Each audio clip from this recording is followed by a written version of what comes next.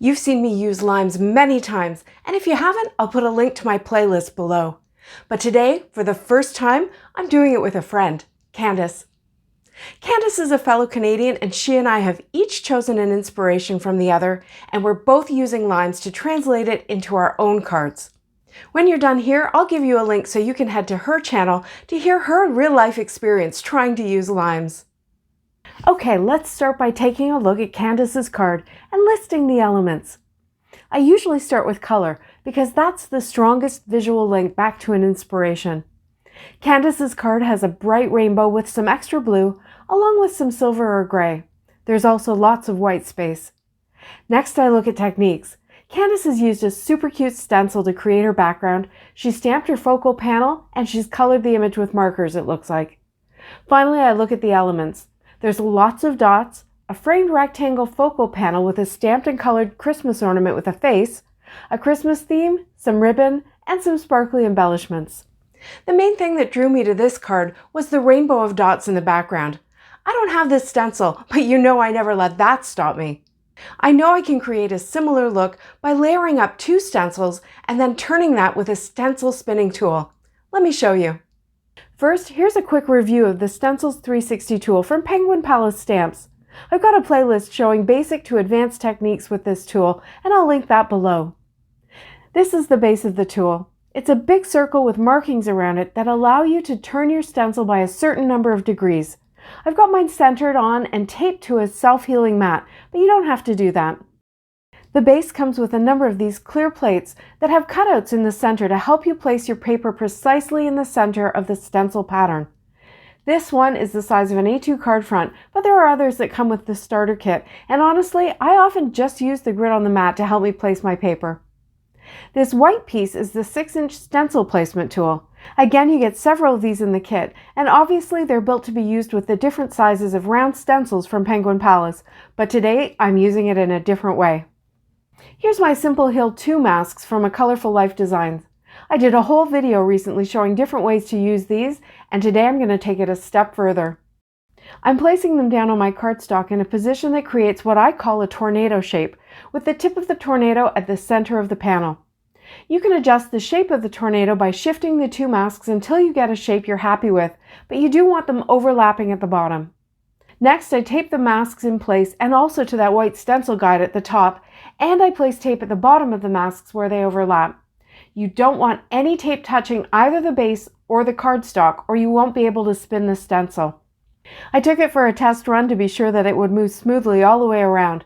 So that's the shape I'll spin to make 8 arms of color. Now I want to add some dots.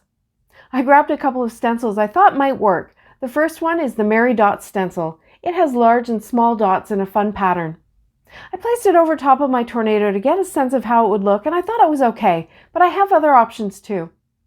This is the new dot band stencil, which I think is super cool on its own, and I thought the different sizes of dots would work really well here, so I started with that. But if you were voting for the other stencil, stick around. I placed the dot band stencil where I wanted it over the open tornado shape, and then started taping it to the Simple Heal masks. You want to be sure not to place your tape over the tornado shape, and again, definitely not on the cardstock or the base of the tool, or the stencil won't turn. Another quick test run, we're ready to go. I've got 8 Catherine Pooler mini inks next to me, and I started with Coral Cabana. Now the thing about stencils is that if you're changing colors, you're going to need to clean them first, and the fastest way I've found in a situation like this is to just wipe it with a dry rag while the stencil is still in place. That pushes any of the ink off the stencil and into the holes, and I don't need to lift it up and take it away to wash it.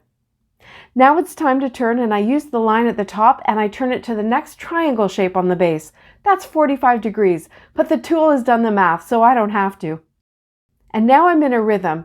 Blend, and it's Tiki Torch this time. Clean, and then turn to the next one. Blend, clean, turn, blend, clean, turn. Sometimes I forgot to clean it off, and it's easy to go back and line it up again. And if your colors are close enough, it's not even that important that you clean the stencil very well. And then, oops, if you clean it too well, you may just lift up the tape and shift that top stencil.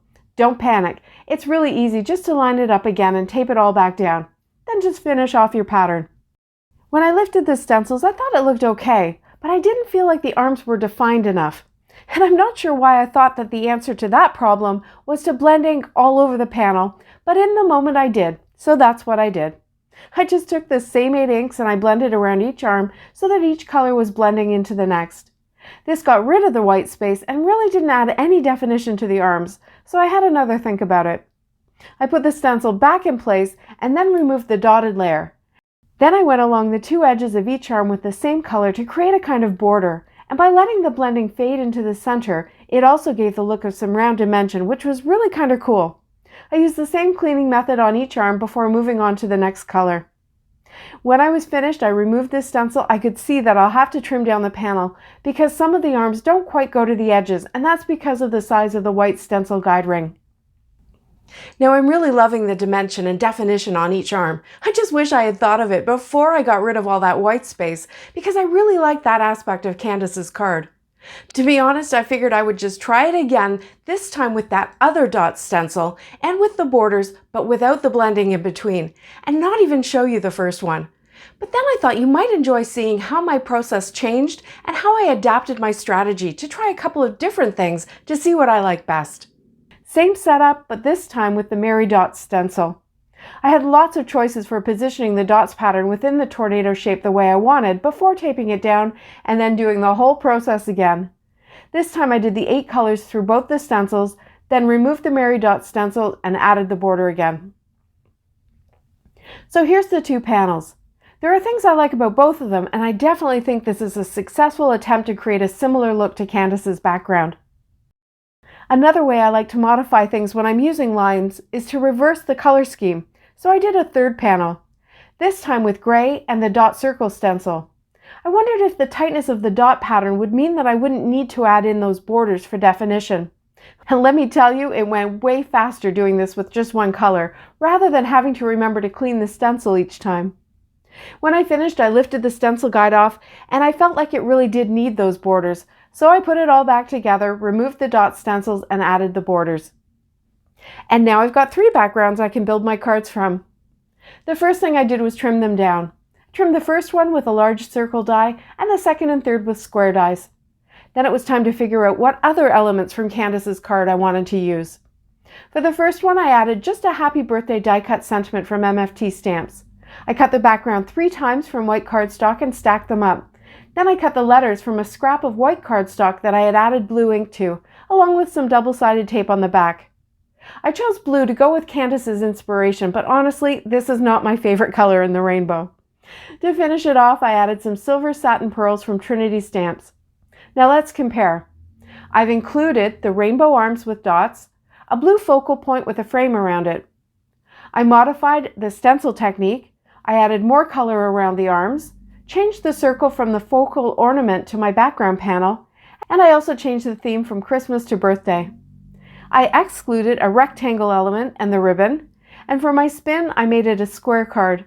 Spin is really an optional thing. It's just a way of adding things that you like that weren't necessarily included in the inspiration.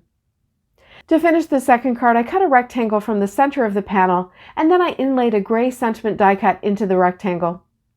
I cut the sentiment from the panel and also from cardstock I had inked with gray ink, and a second rectangle. I put glue all over the second rectangle, and I put the rainbow panel on that before adding in the gray die cut. And then I decided there really wasn't enough contrast to read it clearly, so I cut another sentiment from black cardstock and added that one on top. The white sentiment with rainbow dots from the panel looks really good on a black background, so I'll make a bonus card from that.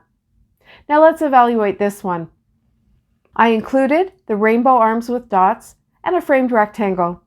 I modified the orientation of the rectangle, the stencil technique, and I changed it from Christmas to birthday. I excluded the ribbon, the ornament, or even a blue element. And for my spin, again, it's a square card. To finish the third card, I cut a circle from white cardstock and I blended my rainbow of inks onto it. I cut it with a smaller Stencils by Ellen Essential Circle die to create double negative frames. For this card, I included the rainbow colors and gray, along with dotted arms. I modified the color placement by putting the rainbow in the center. I modified the frames from a rectangle to circles, and I changed it from Christmas to birthday. I excluded the rectangle, the ornament, and the ribbon. And yes, once again, it's a square card. And finally, here's that bonus card with the die-cut sentiment on a simple strip of black cardstock. Whenever you end up with extra bits at the end, it's always fun to see what you can make from them. When you're using limes, you can use as much or as little of the inspiration as you want. I really focused on that dotted starburst background, and I modified or excluded the rest to make my cards. Which card do you like best? Let me know in the comments below. Then head over to Candice's channel to see how she liked using limes with one of my cards as inspiration. Thanks so much for watching. See you next time.